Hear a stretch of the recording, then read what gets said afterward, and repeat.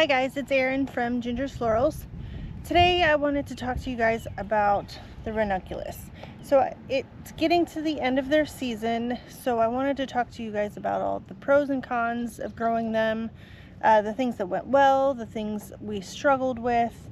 I want to talk about my favorite varieties, and I'll talk about the order that we've put in so far for next season's blooms. First things first, I just got to talk about how much I love these. These flowers are just so gorgeous. They're called the Rose of Spring because they really do look like roses. They're so full of petals, and they're just the most romantic, feminine, just gorgeous blooms. I don't have any more words for them. They're my favorite thing right now this time of the season. I have something new to have a favorite of every month or two as things change in the garden, but right now this is it. For us, they bloom coming on at the tail end of when the tulips are finishing. The tulips are finishing, the ranunculus bloom, and then from the ranunculus it kind of fades into the peonies and then roses and lilies and so on. Then the summer blooms, the summer annuals all get going from there. This season I grew the ranunculus in succession. So I started the first batch in the fall, and that's basically all of these. I have another video you could watch back previously that I show how I pre-sprout and how I plant them and how long it takes to grow, but these guys are the first ones to bloom. And then I also started another batch in, I don't remember if it was February or March, early March, late February, and they're just getting going. It's kind of perfect timing. It's getting to the end of this batch, and then the next group will start blooming. The only thing that we're struggling with right now is the weather. It's supposed to be about 80 degrees, which is not a good sign for ranunculus. They don't like to be above 70 for any length of time. It can signal the plant that it's summertime and it's time to stop growing and stop blooming. So I'm hoping keep them well watered and we can get them through the next couple of days before it cools back off and they're back to being their normal selves. So last week was probably the peak for my first round. They started about a month ago and they've been blooming this whole time. They peaked last week. We have this week and maybe one more week to go before these ones are done. But like I said, the next batch are coming, so we should get 2, 3, 4 weeks if we're lucky out of that round, and then we should be heading into peony season. Okay, with that said, I want to go over some of the challenges for growing ranunculus in this climate. So they're technically a zone 8.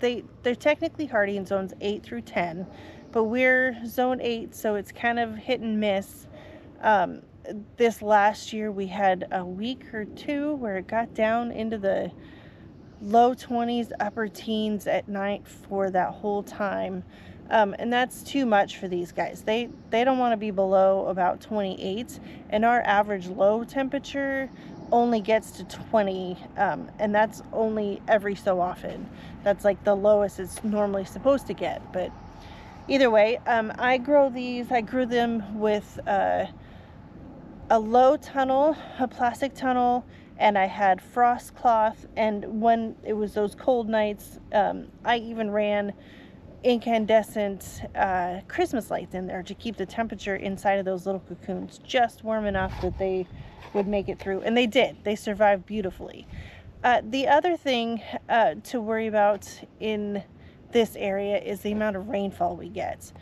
If you plant these in the fall and you don't have well draining soil, then they can, if it holds too much water at the roots, at the corms, they can actually rot. So the low tunnel also protects from that. It's like if you put them in a high tunnel or a low tunnel, it just keeps the rain off of them. You do have to make sure that you open it up and water them or let it rain on them often enough, but it keeps that real risk of the rain being a problem.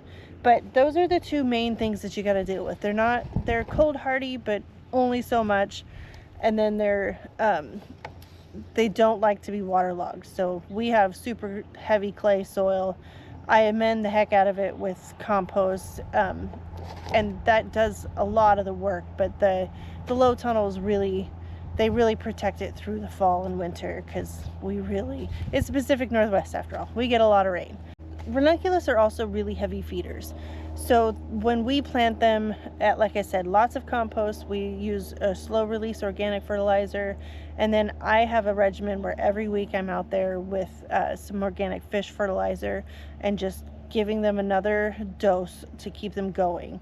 So you do need to take the time and the effort and have a schedule to keep them well fertilized so that they can put out these great big gorgeous blooms. I mean, look at that. How do you not love that?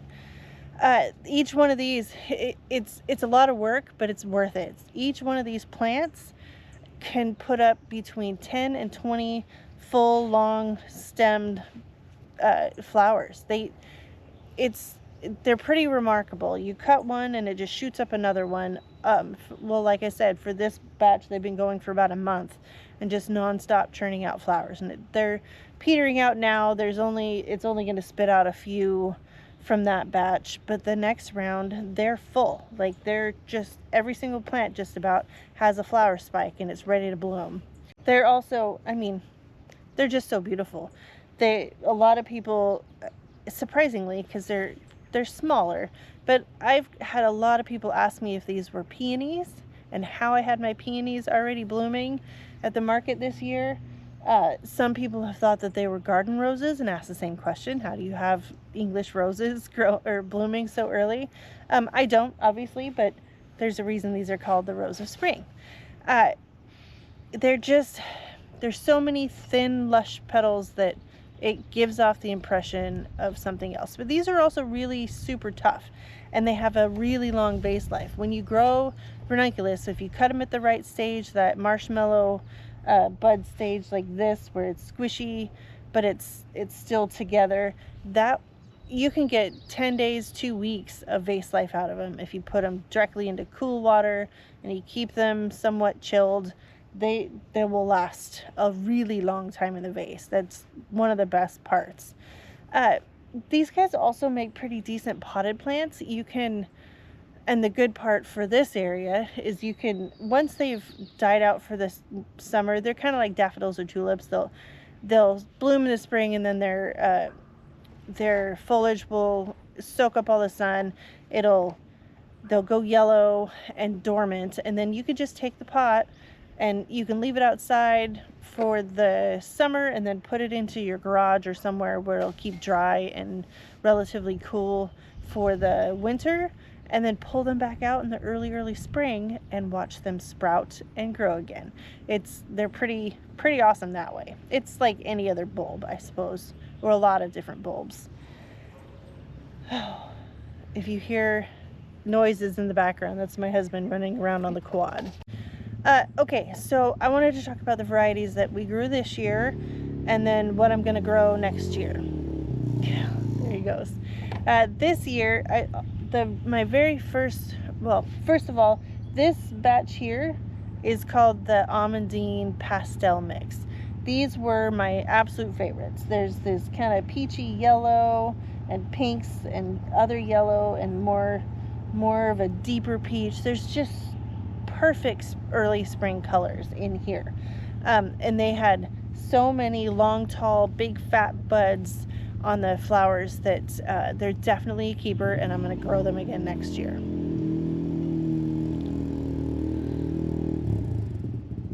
I don't know what he's doing, but he's driving around. This one, yeah, it's definitely my favorite blend for this year. The next one I want is this to talk about is this one right here. This is called Almondine Black, and it's really pretty. And earlier in the season, I think it was even darker in color, but the hard spot is it doesn't hold well up in the rain. You can see this one is kind of mushed, and it's not looking really, it's not looking great. This one, it rained the other day, and this one was butted up, and it didn't hold up.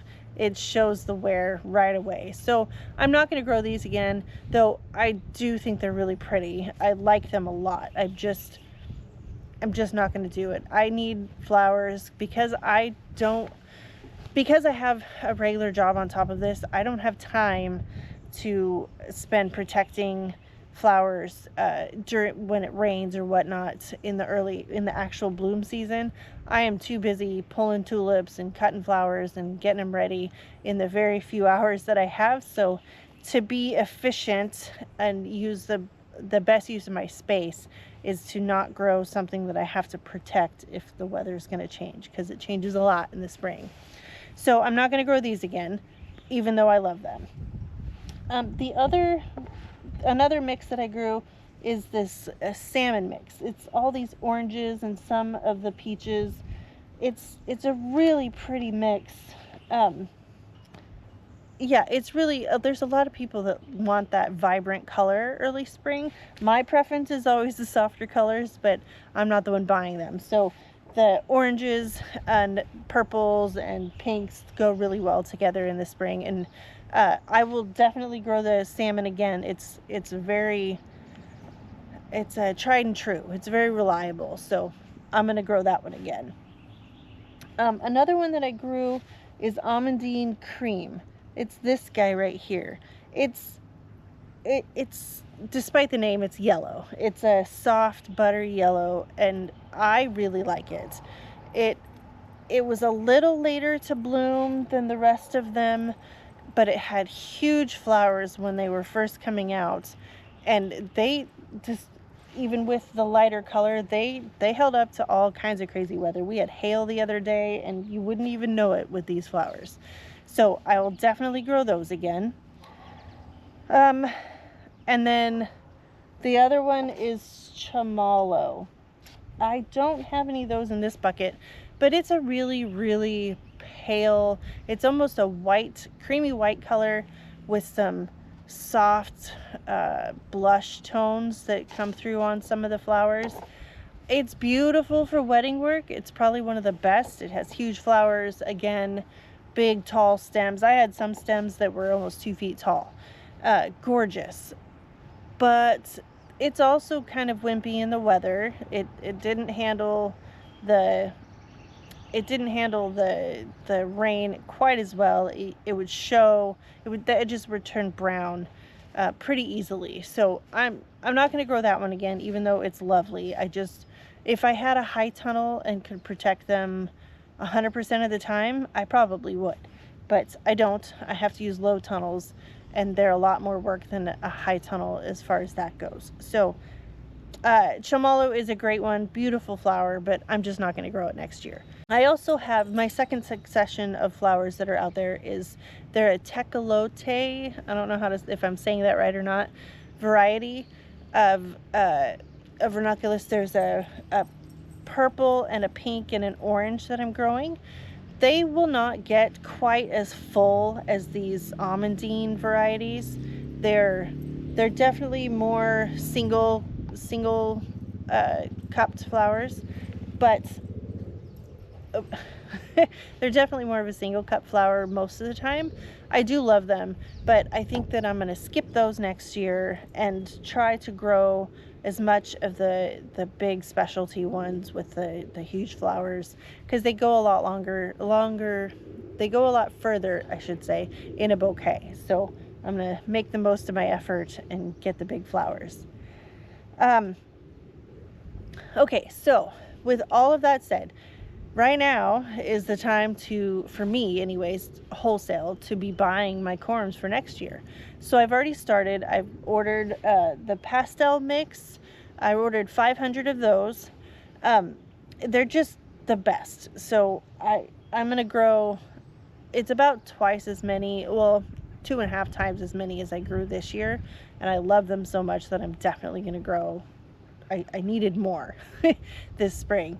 The other varieties, I haven't ordered yet because I don't want to buy the full crate of 500. I want to buy like 200 of each. One is the half clone marshmallow, which is, I haven't grown it, but everything I've read and the people that I know that have grown it say it has just the biggest, gorgeous, like cotton candy pink flowers and really long stems that are really sturdy. So I'm gonna grow a couple hundred of those this coming year. Pink is a really popular color in the spring, so I'm gonna order those. Like I said, I will grow the cream and the salmon again. Those are just, they're going to be staples, I think, in my future orders.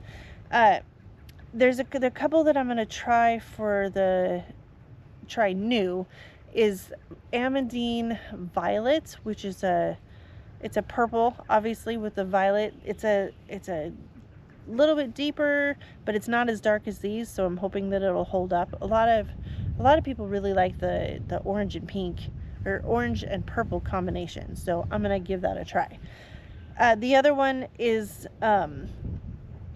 Almondine Bonbon, which is another pink, but it's like a brighter magenta pink, so that might go really well with the orange and the purple and that bright pink. The people that want those bright colors, I'm hoping that they'll like that. So I'm gonna order those, probably a couple hundred of each of those. My space is somewhat limited, so I can't do 1,000 of each one of them. I need to be able to clear out the beds and plant something else, and if I take up that much space, I'll just get behind. So I can grow around 11 or 1,200 with the space that I've got designated, so that's what I'm going to do. Overall, this year has been a fantastic ranunculus year. We definitely had some stressful nights with those cold days in the winter, but to be honest, I got to give them credit for being tougher than I thought they were going to be. They survived those 18-degree nights pretty well. There wasn't really any damage. I don't think I lost a single plant, so I'll give them a whole lot of credit for that. I do want to encourage anybody that is in that zone range, the 8 through 10, to grow them starting in the fall. Most places you can buy the corms in the fall. If you pre-sprout them and plant them in that September-October time frame, you will have earlier blooms and they'll bloom for longer. So you could have up to 6 weeks of flowers with that earlier sowing, as opposed to starting them in the spring. However, when you start them in the spring, you can still, even if you're outside of those zones, you're in a much colder area, you can start them and get them out there after you're pretty sure you'll be above 28 degrees.